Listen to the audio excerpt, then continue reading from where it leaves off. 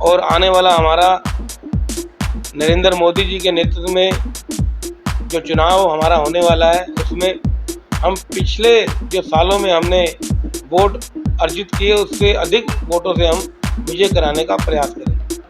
वैसे आप लोगों ने देखा होगा कि अक्सर भारतीय जनता पार्टी के नेता, कार्यकर्ता और लोग मीडिया से कतराते हैं, जो सोशल मीडिया। और मैं तो कह रहा हूँ, हमारे जो विदेश मंत्री, उनका मैंने पीछे जब हमारे विद्यार्थी, अन्य हमारे लोग अन्य स्टेटों में फंसे हुए थे, चाहे वो सिखों की बात करूं, चाहे हमारे जो कोरोना काल में या उसके बाद जब तुर्की में या जब वहाँ पर युद्ध का माहौल था, तब भी हमारे विद्यार्थियों को उनको लाने का काम हमारी भारतीय संपत्ति का नुकसान करते हैं। तो ये हमें सोचना चाहिए कि हमें आने वाले दिनों में नरेंद्र मोदी ही चाहिए और कोई प्रधानमंत्री हमें नज़र नहीं आ रहा। अगर विपक्ष इकट्ठा हुआ है तो उनमें से बताए कि हाँ जी ये प्रधानमंत्री बनेगा, तो हम और हमारी देश की जनता, उसका ट्रीटमेंट होता है, प्लांट होता है, हर चीज़ की व्यवस्था बनाई जाती है। मैं कहूँ मैं ऑपरेशन कर दूंगा या मैं डॉक्टर बन जाऊंगा, मैं नहीं बनूंगा। उसके लिए हमारे को जो सुविधाएं हैं उसको उपलब्ध कराना पड़ेगा। इस प्रकार एक लास्ट सवाल आपसे, 2024 में कौन से ऐसे मुद्दे होंगे जिसको आप आगे रखकर जनता से वोट मांगोगे? अगर वो मोदी वाले होते।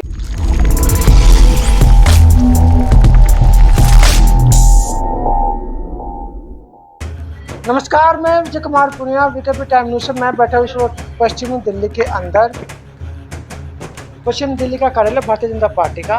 और हमारे साथ है इस वक्त अमित कोहली जी, जो भारतीय जनता पार्टी में महामंत्री के पद पर बैठे हैं पश्चिम जिला के अंदर। उनसे बात करने की कोशिश करते हैं, उनका परिचय लेते हैं, पूरा परिचय इनकी ज़बानी सुनते से पहले आप थोड़ा पूरा परिचय। मैं पूर्व में महावीर नगर वार्ड का मंडल अध्यक्ष रहा हूँ और अभी जिले ने मेरे को मंत्री का दायित्व दिया था।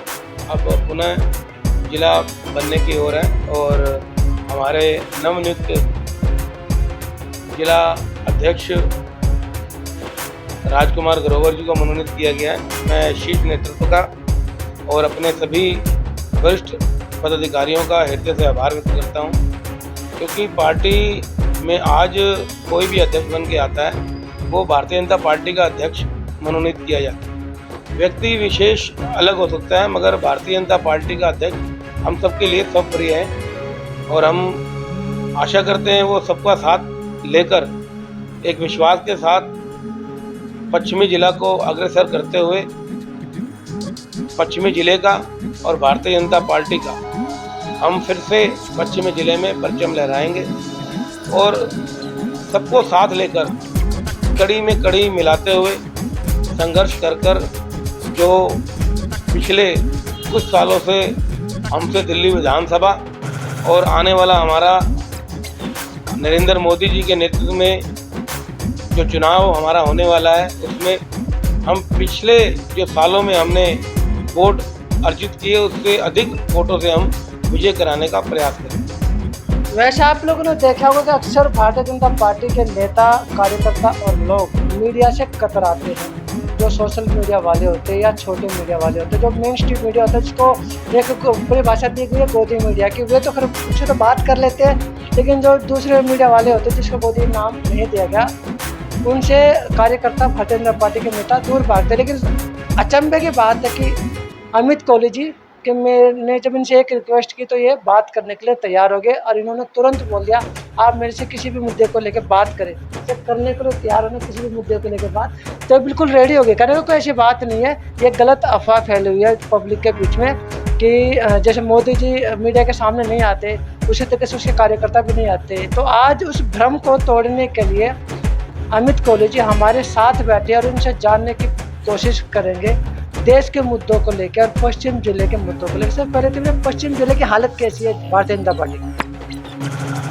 पश्चिमी जिले में हमारे लोकप्रिय सांसद जी ने अपने अथक प्रयास से हमारे तिलक नगर में जो बहुत पुरानी मांग थी, बहुत बड़ा हॉस्पिटल खुलवाने का प्रयास हमारे माननीय सांसद महोदय जी ने किया।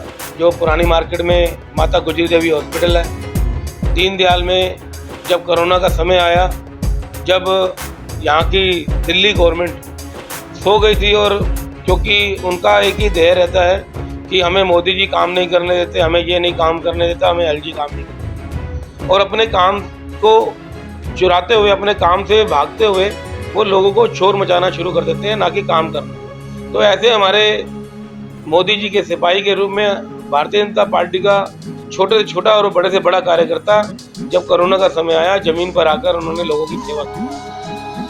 तो सर, जो अभी हरियाणा के नूह में और मेवात में जो भी हालात बने हुए हैं, अपोजिशन पार्टी जो जिन्होंने एक संगठन बनाया इंडिया के नाम से, उनका सीधा सीधा आरोप है कि जो बीज भारतीय जनता पार्टी पिछले 10 साल से बोती आ रही है, उसका फल अब दिखने लगा।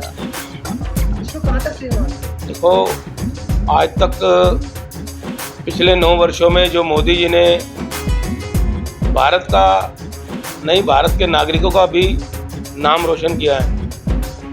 आप देख रहे हो जिस प्रकार भारतीय जनता पार्टी के नरेंद्र मोदी जी अन्य देशों में जाकर प्रोटोकॉल तोड़कर उनके प्रधानमंत्री, राष्ट्रपति उनका स्वागत समारोह करते हैं, उनका आदर सम्मान करते हैं और खुद खड़े होकर उनको लेने जाते हैं। और मैं तो कह रहा हूँ, हमारे जो विदेश मंत्री, उनका मैंने पीछे जब हमारे विद्यार्थी, अन्य हमारे लोग अन्य स्टेटों में फंसे हुए थे, चाहे वो सिखों की बात करूं, चाहे हमारे जो कोरोना काल में या उसके बाद जब तुर्की में या जब वहाँ पर युद्ध का माहौल था, तब भी हमारे विद्यार्थियों को उनको लाने का काम हमारी मोदी सरकार ने किया। और जिस प्रकार ये अभी आप भ्रमित करने की आप बात कर रहे हो, ये सब लोग जनता का आरोप है, मेरा कोई आरोप नहीं है, मैं तो उनके सवाल आपके सामने रख रहा हूं। चोर चोर मुसेरे भाई। अब पहले अरविंद केजरीवाल जी कहते थे सोनिया चोर है, अखिलेश चोर है, लालू चोर है, मायावती चोर है। आज ये सारे चोर इकट्ठे हो गए हैं। मोदी जी ने इन सबको इकट्ठा कर दिया है, कूड़ा एक जगह कर दिया है, और सब जो ईमानदार सरकार 9 सालों से चलती आ रही है, आज भी इनके ऊपर कोई भ्रष्टाचार का आरोप नहीं है। सारे मुख्यमंत्री हमारे जहाँ जहाँ स्टेट हैं, वहाँ पर दिल्ली के मुकाबले बहुत अच्छा काम हो रहा है। सड़कें, परिवहन मंत्री हमारे नितिन गडकरी जी देश में इतिहास रचा है। उन्होंने पुल बनाए, जो उन्होंने रोड का निर्माण कराया। आज हम हरिद्वार जाया करते थे, पहले 8-8, 9-9 घंटे लगा करते थे, आज 2-2.5 घंटे में हरिद्वार पहुंच जाते हैं। यहाँ से जयपुर जाया करते थे, 12-12 घंटे लगा करते थे, आज 6 घंटे में पहुंच जाते हैं। माता वैष्णो देवी जाते हैं, अमृतसर जाते हैं। इन सभी का जो रोड निर्माण का कार्य किया है वो सराहनीय है। हमारे रेल मंत्री वंदे मातरम रेल लेकर आए। अन्य भी मैं कह रहा हूँ, कौन सी मैं चीज़ें बताऊँ। वंदे भारत ट्रेन कामयाब तो नहीं रही ना सर? कामयाब बिल्कुल है, हो सकता है कहीं ना कहीं कोई कमी पेशी रह सकती है। अगर भैंसे टकरा जाती तो टूट जाती है।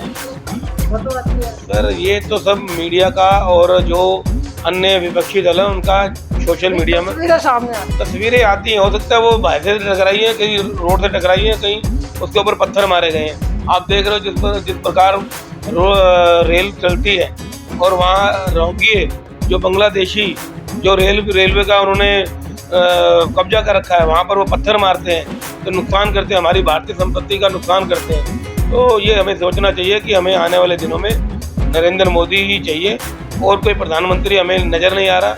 अगर विपक्ष इकट्ठा हुआ है तो उनमें से बताए कि हाँ जी ये प्रधानमंत्री बनेगा, तो हम और हमारी देश की जनता अगर वो चाहेगी तो राहुल गांधी ठीक नहीं है। राहुल गांधी तो उनके जो उन्होंने गठबंधन किया है उनके जो लोग ही हैं वही वो बोलते हैं कि आलू से सोना बनेगा, सोने से आलू बनेगा। उनको यही नहीं पता उन्होंने क्या भाषण कहते हैं नाले की गैस से चाय बन सकती है। सर चाय बन सकती है, चाय उसमें अगर आप पानी को उसको आप जिस तरह हमारे ट्रीटमेंट प्लान है वाटर के, जिस तरह उनमें काम चलता है वो भी पानी हमारा स्वच्छ होना होता है, उसको भी ट्रीटमेंट प्लान में उसको लिया जाता है, फिर उसको स्वच्छ किया जाता है, पीने योग्य बनाया जाता है। तो इस प्रकार का सारा काम हमारे क्षेत्र में अगर करने का प्रयास रहो तो हम अवश्य कर सकते हैं। नाले से चाय बन सकती है? नाले की गैस से नहीं बन सकती, मैं ऐसे नहीं बोल रहा नाले की गैस नहीं बन, उसका ट्रीटमेंट होता है, प्लांट होता है, हर चीज़ की व्यवस्था बनाई जाती है। मैं कहूँ मैं ऑपरेशन कर दूंगा या मैं डॉक्टर बन जाऊंगा, मैं नहीं बन, उसके लिए हमारे को जो सुविधाएं हैं उसको उपलब्ध कराना पड़ेगा। इस प्रकार एक लास्ट सवाल आपसे, 2024 में कौन से ऐसे मुद्दे होंगे जिसको आप आगे रखकर जनता से वोट मांगोगे? क्योंकि राम मंदिर का तो है नहीं मुद्दा। सर राम मंदिर का मुद्दा क्यों नहीं है? पहले नहीं बन नहीं चुका, अभी तो उनका सुप्रीम कोर्ट ने ऑर्डर किया, बनने शुरू हो गया। बनना शुरू हो गया, मगर उसका शिलान्यास बाकी है, अभी उसका लोकार्पण बाकी है। अभी जिस प्रकार अभी राम मंदिर की आपने बात की, मुद्दा नहीं है। राम मंदिर का मुद्दा जब लोग विपक्षी दल बोलते थे कि मंदिर वहीं बनाएंगे मगर तारीख नहीं बताएंगे, आज तारीख भी बता दी है, 1 जनवरी को उसका उद्घाटन होना है और जनता के लिए वे खोल दिए जाएंगे। तो इस प्रकार करतारपुर स्टेडियम है पाकिस्तान में, हमारे अन्य भी चाहे वो सामाजिक धार्मिक, चाहे वो काशीनाथ विश्वनाथ हो, अन्य धार्मिक स्थलों का भी सौंदर्यीकरण हमारे मोदी जी कर रहे हैं। और यही नहीं, पूरी भारत में ही चाहे वो मेडिकल एम्स की बात हो या अन्य माध्यम से की बात हो, हमारे मोदी सरकार नित्य प्रतिदिन 365 दिन बगैर छुट्टी लिए वो काम कर रहे हैं। मैं उनकी सराहना करता हूँ। तो नरेंद्र मोदी जी कह देंगे आप काम को आगे रखकर वोट मांगे, काम के ऊपर वोट मांगेंगे। हमने जो 9 वर्ष में काम किया उसके ऊपर वोट मांगा जाए। तो ये थे अमित गुलाटी जी, जो पश्चिम जिला से मंत्री के पद पर है भारतीय जनता पार्टी में, और उनसे जानने की कोशिश की। उन्होंने मुद्दों को लेकर काफ़ी सारी बातों को एक्सप्लेन भी किया है। और जो एक सवाल उठता था कि मोदी जी कहते कि नाले की गैस से जो चाय बनेगी, उसको भी इन्होंने अच्छी तरह से आपको बता दिया कि बन सकती है नहीं बन सकती है। तो मैं Vijay Kumar Punia, VKB Time News से, तो मुझे दीजिए इजाज़त। धन्यवाद। तो वीडियो को शेयर जो लोगों तो जरूर पहुँचाए।